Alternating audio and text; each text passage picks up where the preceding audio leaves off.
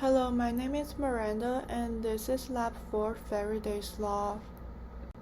The purpose of this experiment is to observe a magnet falling through a conductive tube of aluminum foil, model the magnet and the tube interaction in closed grid, and compare the model with my observed data for the preview of the mean result.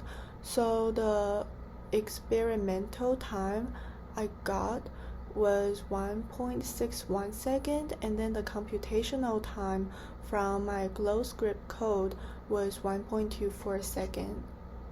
This lab is built upon the physical principle of Faraday's law, which states that the electromotive force around a closed path is equal to the negative of the time rate of change of the magnetic flux enclosed by the path.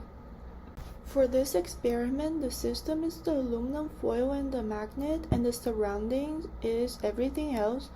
For the initial conditions, there was no magnetic force, and for the procedures, I assigned the North Pole to the bar magnet using an app on my phone, and then I dropped the magnet into an aluminum foil tube and recorded how long it took for the magnet to enter and exit the tube. And I repeated the same process 5 times when I was recording the time, and I got an average time of 1.61 for my data.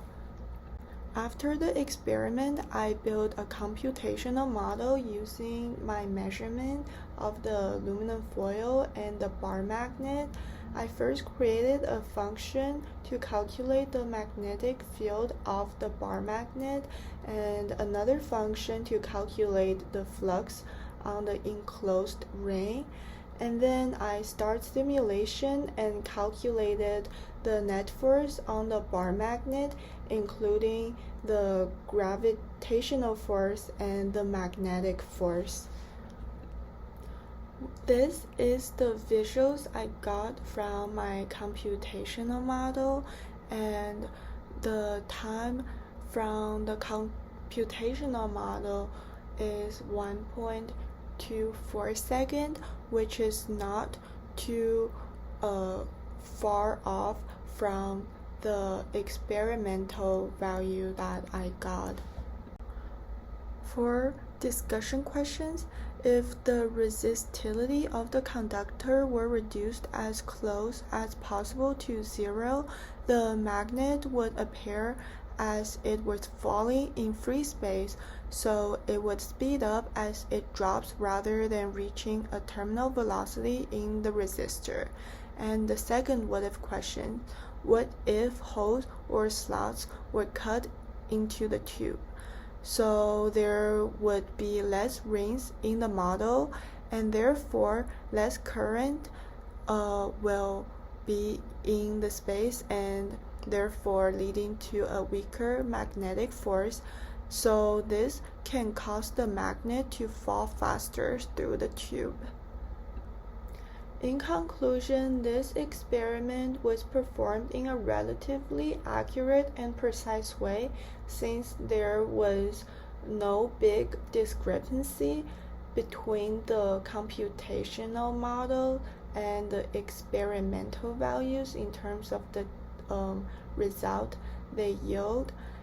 Also, as you can tell from the experiment and the real-life application, Faraday's law is very important in our daily life and can be applied in multiple fields in our life.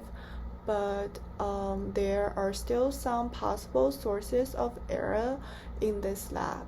For example, I assumed that the bar magnet was the magnetic dipole, and then the air resistance was negligible.